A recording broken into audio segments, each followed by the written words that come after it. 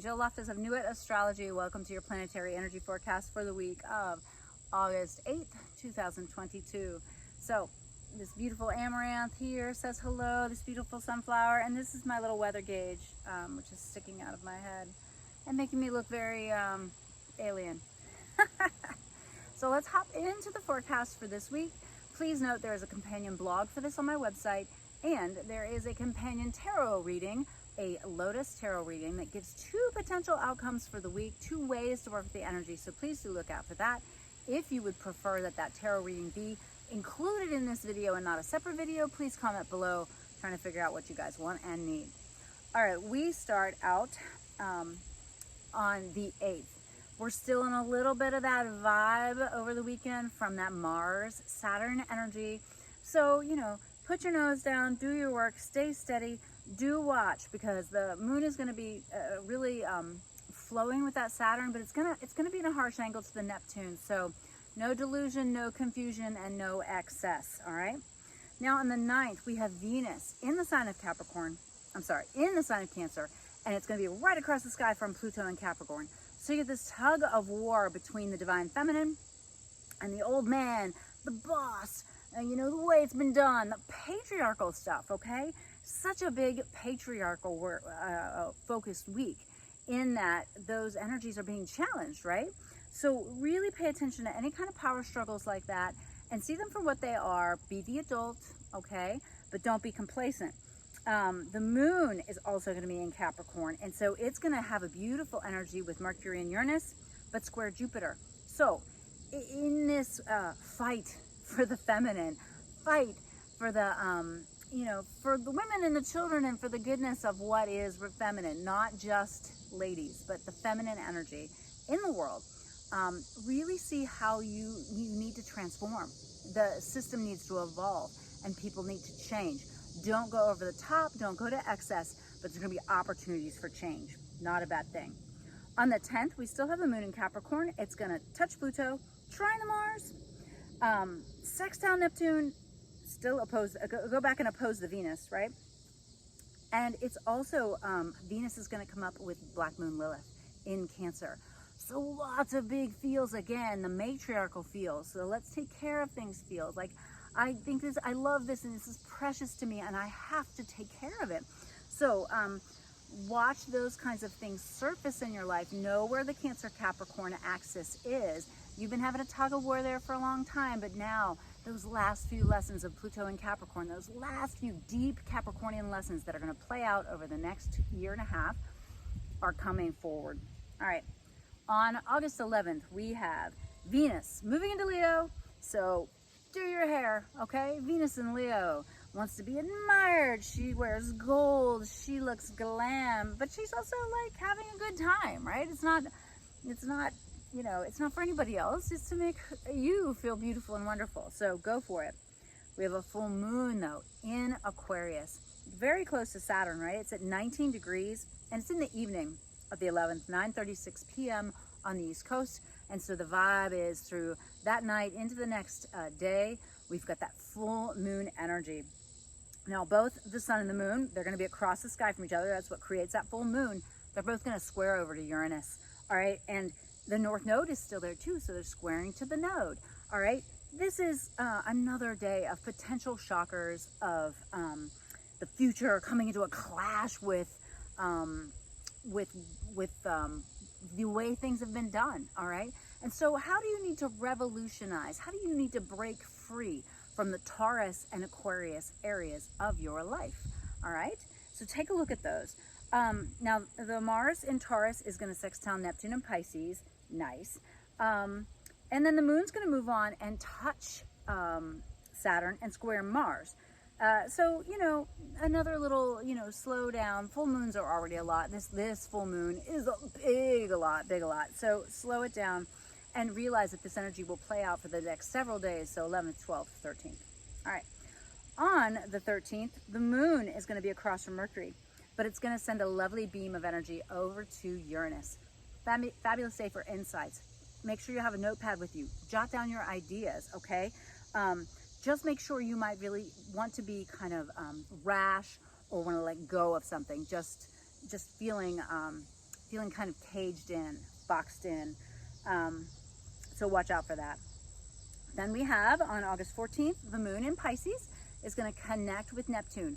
Great for inspiration, not good as far as delusion or falling into your phone or any excesses of like that. And going to flow with Mars and Pluto, and then it's going to void out on the East Coast at 11:11 a.m., which I'm finding a lot of the aspects this month are those numbers, those repetitive numbers. A lot of people call them angel numbers. If those are meaningful to you, pay attention to this. When the moon voids, it's not the best time to get traction. It's fabulous for meditation, inspiration, not a good time to sign a contract. So that's going to be on the 14th all the way till 4:43 p.m. when the moon goes into Aries. Okay, so the sextiles to Mars and Pluto, that's going to, bring a little bit anchoring, but again, it's a day for inspiration and connection, not necessarily a day for concrete action to get things accomplished. All right, the sun in Leo is going to be across the sky from Saturn. So Saturn, sun wants to shine, and Leo wants to be in charge, it wants to have fun, and Saturn's like, wah, wah, there to kind of oppress you. So find a beautiful balance between the two. Don't let the Saturn squash the Leo, and don't let the sun in Leo, try to, I don't know, with the Saturn, and I'm trying to think about these like Leo energy and the Saturn. Leo sun just, it can be very sensitive in a lot of ways. Leos are incredibly intuitive. So you might intuit something and then really be like, grr, and you might really get your feelings hurt, all right? So intuit things, but have a little bit of decorum. Saturn likes a bit of decorum, a little bit of hard working, and use that lovely Mars, which is right at the end of Taurus, and it's going to flow into Pluto beautifully, trine the Pluto. So those last ditch efforts in the Tauran area of your chart to flow with change before it gets ready to enter into Gemini, where it's going to be hanging out for a long time. So use that Mars and Taurus to get stuff done. Don't swing your horns around too much, okay? But use that, move towards change. And late in the evening on the 14th, that Aries moon is going to trine Venus in Cancer. That's a big energy day. So make sure that you have space and time to moderate your feelings, especially when the moon is in Aries. We can feel very strong about everything. All right. So be sure to join me in the tarot video. I'm excited to add that new layer of information to the readings. Please comment if this is useful, helpful, share it with a friend. It helps the channel to grow. I appreciate your likes and your subscriptions, and I hope you have a blessed, wonderful week. Namaste. Hi everyone, namaste. It's Jill Loftus of Nuit Astrology, and I'd like to welcome you to your Lotus Tarot reading for the week of August 8th, 2022. So take a look here and see. This gives two potential outcomes, two potential ways to work with the energy of the week. Be sure to check out the companion blog on the website and the video, which gives the astrological forecast.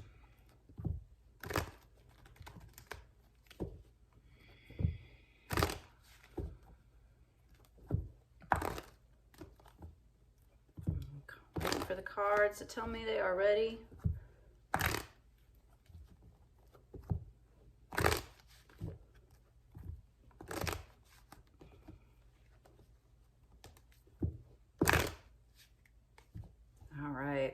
So we're going to start out with the very first card, which is the basic influence, the past, what is influencing the situation, and we've got the King of Cups.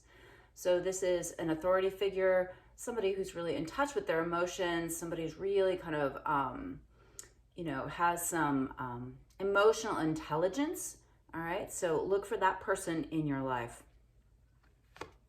The second card is you. What's going on with you? And this is the Three of Wands. This shows that you've made some progress, all right? So don't feel like you haven't made progress as far as evolution.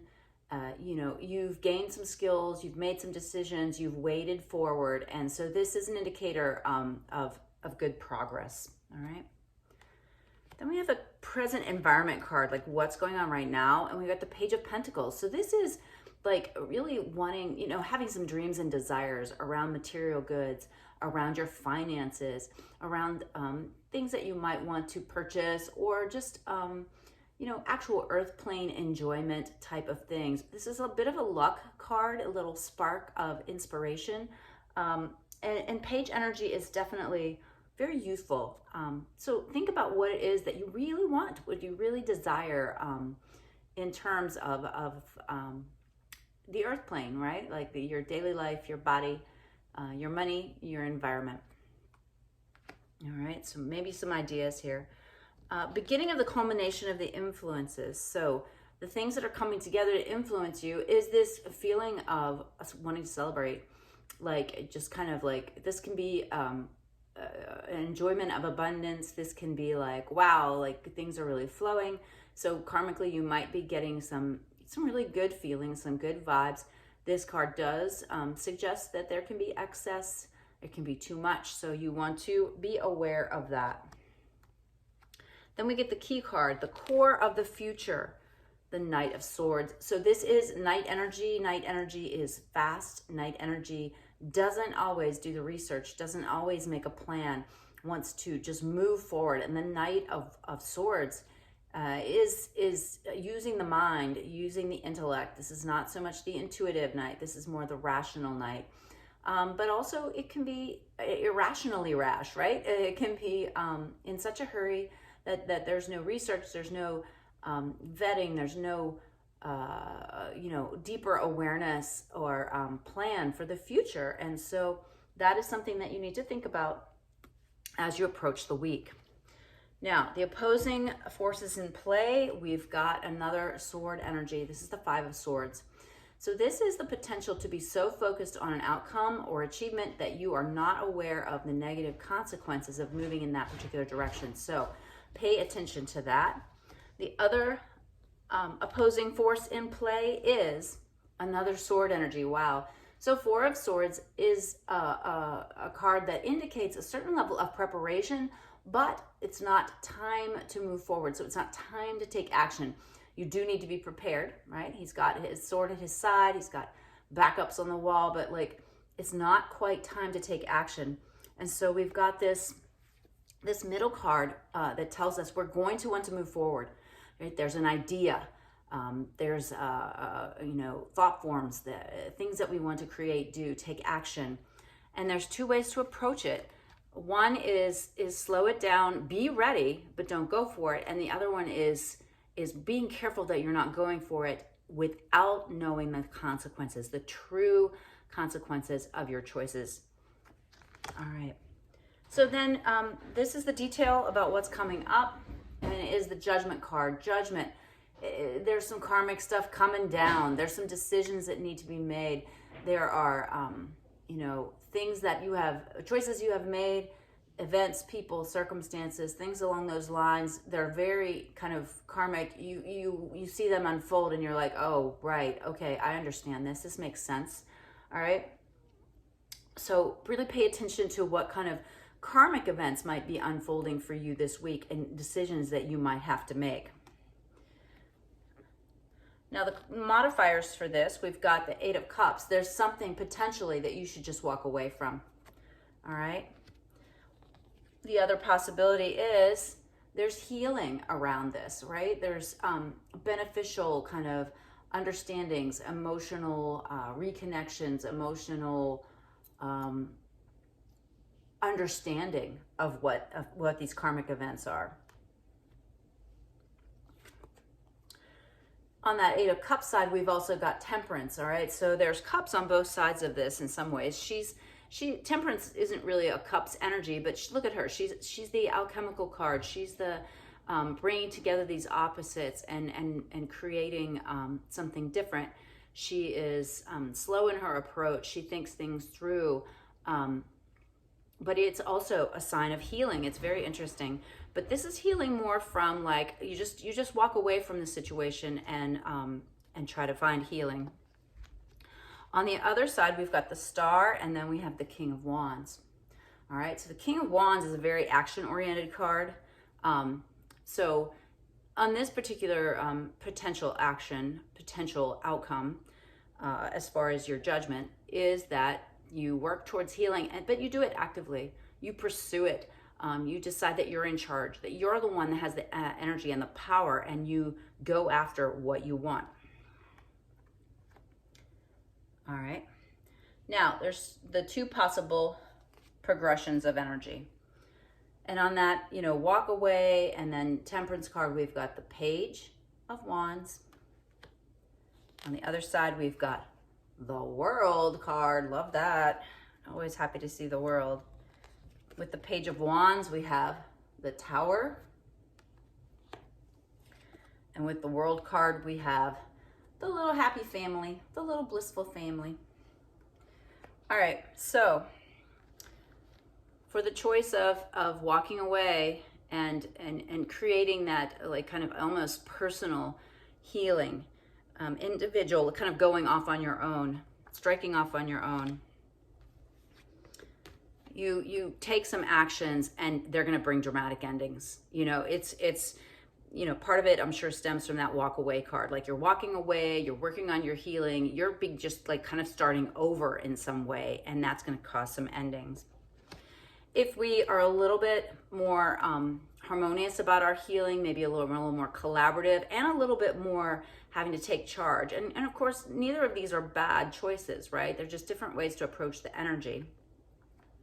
Then we are assured of success, and we are assured of stabilization in our kind of like fourth house energy. This gives us a firm foundation from which to move out into the world. So very interesting, very different approaches that basically begin with this Knight of Swords, right? Discerning, understanding, what do I want to do? Well, I'm either going to just go taking off, going to do the thing, I'm not really paying attention, or I prepare and I wait for the right timing. All right. So I think those kind of make sense. Yeah. All right. Well, I hope this is useful and helpful for your week. Namaste, my friends, and I'll see you next week. Bye.